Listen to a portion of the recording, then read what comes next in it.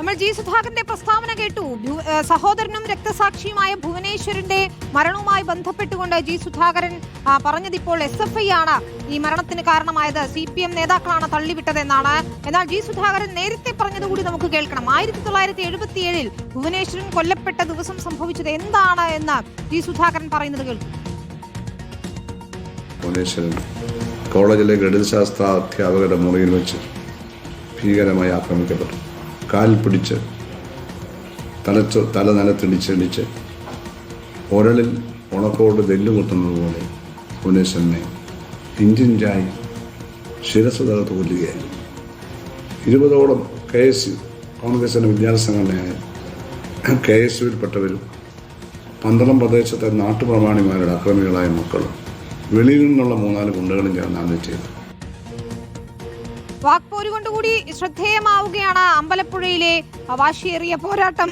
ലേബി സജീന്ദ്രൻ കൂടി ചേരുകയാണ്. ലേബി സജീന്ദ്രൻ, ജി സുധാകരൻ ഈ പ്രസ്താവനകളൊന്നും നടത്തുന്നത് വെറുതെയല്ല എന്ന് നമുക്കറിയാം. എന്താണ് അദ്ദേഹത്തിന്റെ തന്ത്രങ്ങൾ? ഹിന്ദു വോട്ടുകൾ ഏകീകരിച്ച് വിജയം സ്വന്തമാക്കാൻ കഴിയുമെന്നാണോ പ്രതീക്ഷ വയ്ക്കുന്നത് ഇപ്പോൾ? വിനീത, വളരെ കൃത്യമായി തന്നെയാണ് ജി സുധാകരൻ ഓരോ ചുവടുവയ്പും നടത്തുന്നത്. ജി സുധാകരനെ സംബന്ധിച്ചിടത്തോളം ആലപ്പുഴ എന്നത് കൈവെള്ളയിൽ ഇരിക്കുന്ന ഒരു ജില്ലയാണ്. അമ്പലപ്പുഴ സ്വന്തം തട്ടകവുമാണ്. ഇത്രയും നാൾ അമ്പലപ്പുഴയുടെ ഒരു ചരിത്രം പരിശോധിക്കുകയാണെങ്കിൽ ഈ ചുവന്ന മണ്ണ്, ആ ചുവന്ന മണ്ണിൽ ജി സുധാകരനുള്ളൊരു വേരോട്ടം, ജി സുധാകരൻ കൃത്യമായി കളമറിഞ്ഞ് തന്നെയാണ് കളിക്കുന്നത്.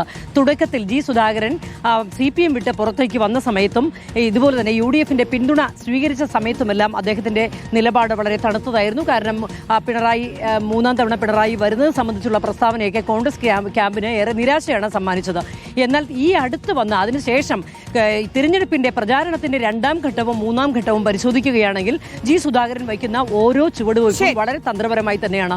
കോൺഗ്രസ് അണികൾക്ക് ആവേശം പകരുന്ന രീതിയിൽ തന്നെ അദ്ദേഹത്തിന്റെ ഓരോ നീക്കവും. അതുമാത്രമല്ല, നമ്മുടെ ഈ 10 വർഷത്തോളം ജില്ലാ സെക്രട്ടറി ആയിരുന്ന ആളാണ്, 20 വർഷത്തോളം അതിന്റെ നേതൃത്വത്തിലിരുന്ന ആളാണ്. അവിടുത്തെ ഓരോ സ്ഥലവും അവിടെ എങ്ങനെയാണ്, ഏത് കാർഡാണ് ഇറക്കേണ്ടത്, എങ്ങനെയാണ് ഇറക്കി അവിടെ ജയിച്ചു കയറാമെന്നത് ജി സുധാകരനെ കൈവെള്ള പോലെ അറിയാവുന്നതാണ് അമ്പലപ്പുഴയിൽ. അതുകൊണ്ട് തന്നെയാണ് അദ്ദേഹം ഇത്തരത്തിലുള്ള പ്രസ്താവനകൾ നടത്തുന്നതും അതിലൂടെ വോട്ട് പിടിക്കാമെന്ന് കണക്ക് കൂട്ടുന്നതും. ലേബി സജീന്ദ്രനാണ് വിശദാംശങ്ങൾ നൽകിയത്.